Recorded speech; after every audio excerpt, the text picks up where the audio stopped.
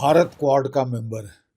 Japan के को America ने F-35 फाइटर्स दिए हैं, ऑस्ट्रेलिया को दिए हैं, नेटो कंट्रीज को दिए हैं, लेकिन भारत को नहीं दे रहे। तो ये एक बहुत वेलकम न्यूज़ है कि वो हमको स्टेल्थ फाइटर ऑफर कर रहे हैं, top of the line stealth fighter.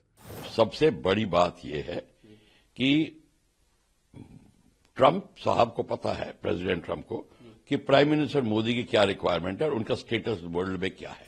ये बात है तो लोगों को, दुनिया को पता है कि मोदी एक बार जो कह दे वो करेगा। सो ट्रंप साहब ने बिल्कुल क्लियर कर दिया है कि और ये नेगोशिएटर है, वो करेंगे। देखिए, भारत क्वाड का मेंबर है।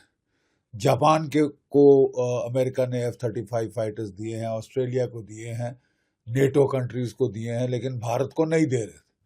भारत को जो पहला ऑफर था बाइडेन साहब के टाइम में, वो था कि F-16 फाइटर देंगे।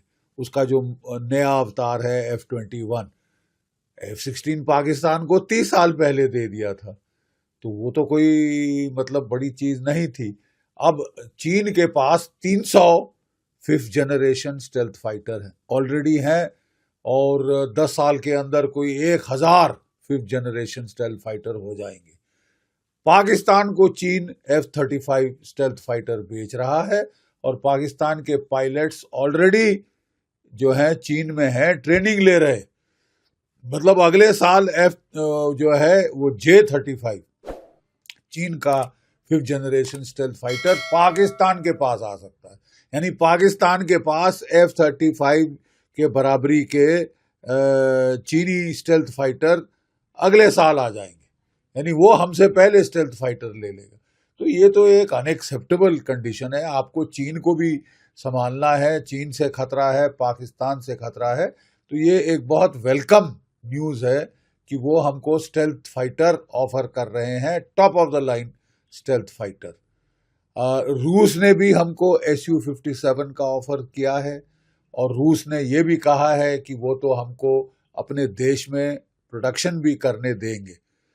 तो ये हालांकि एक बहुत वेलकम साइन है।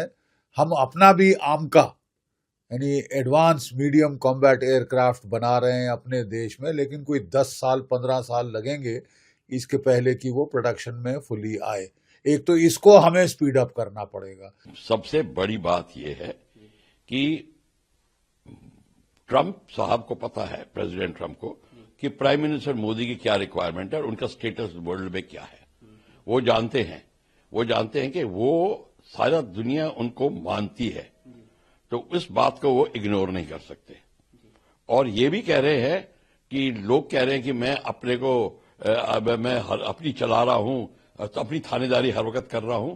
वो धारणा निकालने के लिए वो सीधी बात कर रहे हैं कि भाई मेरे से तो अच्छे नेगोशिएटर मोदी साहब है, तो मैं अगर भारत से मिल रहा हूं तो मैं मान के चलूंगा कि भारत मेरे से पूरी की पूरी वो चीज निकालेगा जो भारत के लिए जरूरी है। तो ये दुनिया को दिखाने के लिए कि मैं कुछ थोप नहीं रहा भारत में। और ये बात भी सही है कि मोदी को हम सोच रहे हैं कि मोदी साहब वो कोई कहेंगे और हाँ में लाके आ जाएंगे। ये बात गलत है, क्योंकि मैं आपको उदाहरण देता हूं।